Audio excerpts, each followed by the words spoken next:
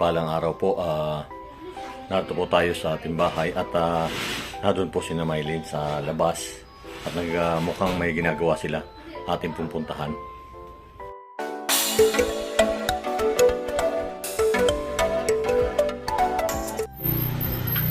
Wow! Good morning! Anong ginagawa nyo? Nagre-review po. Nagre-review? Nasaan si nanay? Iniwan na kayo? Ha? Iniwan kayo? Di ba maaga ang pasok ninyo? Iniwanan kami ni nanay. Iniwan kayo? Yan, nagre-review pala sila. Dahil, may ano ba kayo ngayon? May exam? Opo. Yan, may exam si Maylin, si Nea, si Nita. Review siya. Ayan pala ang suot ninyo pagka Friday. Ikaw, Nea. Anong ni-review mo ni Nita? Ganda pala masulat ni Nita, Iniwan na kayo ni teacher? Oba. Paano yan? Di ba maaga kayo napasok?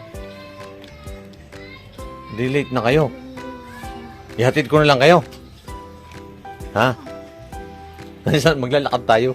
Wala tayo sa sasakyan. Ayan po yun yung tatlo. Gantay po sila. Tatanungin natin mamaya si teacher. Wala pa si teacher eh. Bakit siya na-late? Wow. Tumawin ba na yung mga sulat nito? Wala pa. Pusit lang. Ano pa nga yun? Tawag ka niya. Ayan, yan po yung ginagawa nila. Kasi dati po maaga silang papasok. Ngayon po medyo ngayon alas 8 na. Narito pa sila dahil meron po silang test ngayon. Kaya nag-review muna sila dito habang nag-aantay kay Ma'am Nida.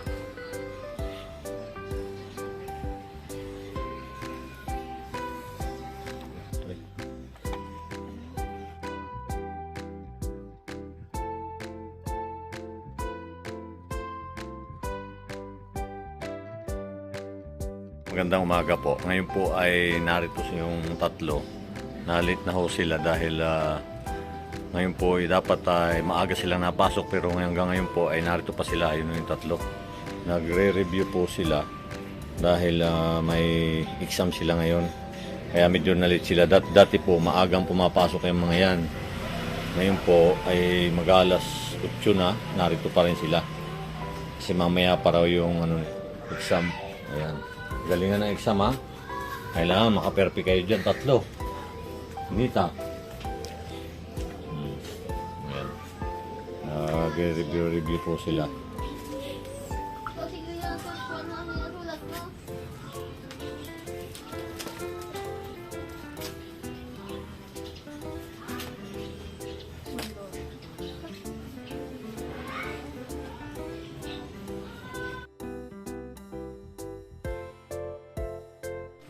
Ayan, galingan ninyo ang pagre-review ha.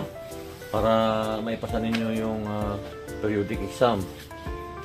Ayan, po yung tatlo.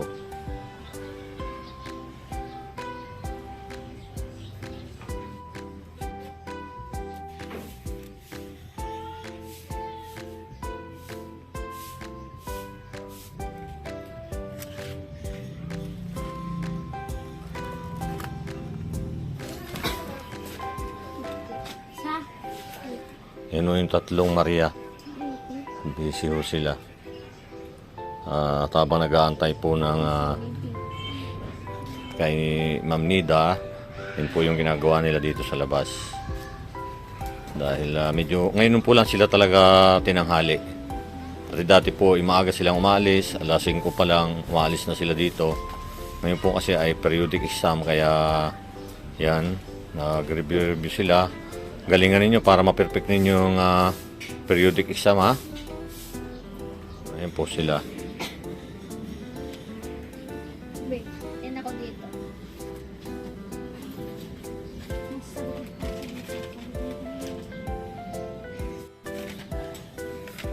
Ang galing pala si Miley. Sa mat pala yung ano talaga niya.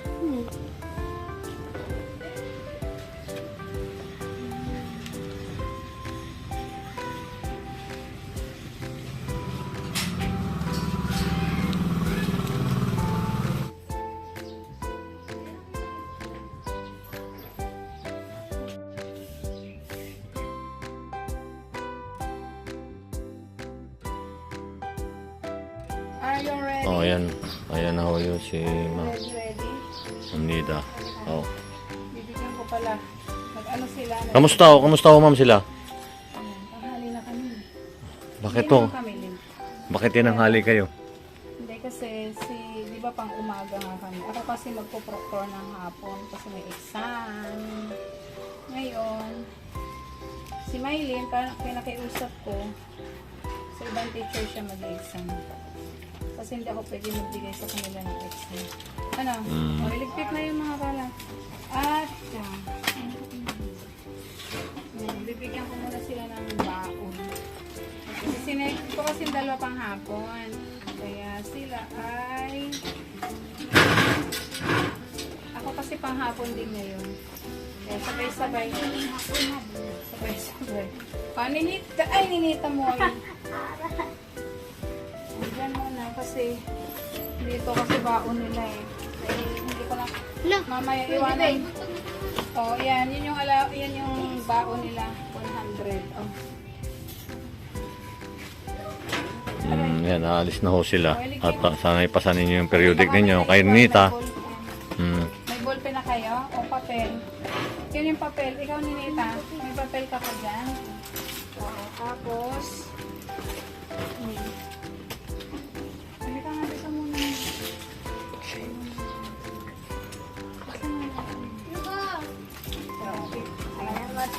Ayan. Mahalan ho yung dalawa. Wala na, magbabantog. Ayan, kulon-kulon. Lika-lika din eh. May jacket. Ikaw ni Nita may jacket kasi malamig pag... Ayaw daw niya magdala. Malamig pag hapon. Yan na. Ingat kayo sa biyahe. Wow. Yan. Tatay. May. May.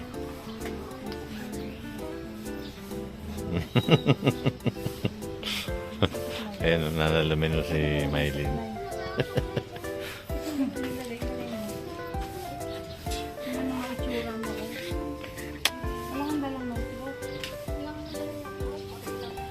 Pasok ko. Nag-video ka na, nag-video. Akala ko sa asubit. Face mask niya, asa na? Pwede din na face mask.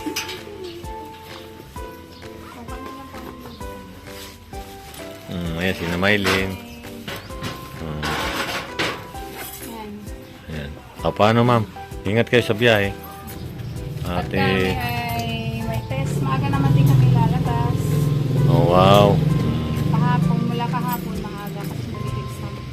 Mag-i-exam sila. Ngayon, hindi ka nagsuklay. Wala, magsuklay na doon lang sa sakyan. Tara, katanghali na kami. Bye-bye. Kasi Sige. matraffic. Matraffic pag Friday. Alas 12 pa ang time. Bye-bye. 12 o'clock. Alas 12, anong oras na? Oh, 8:30 pa lang. Ayan na, alis na ho sila.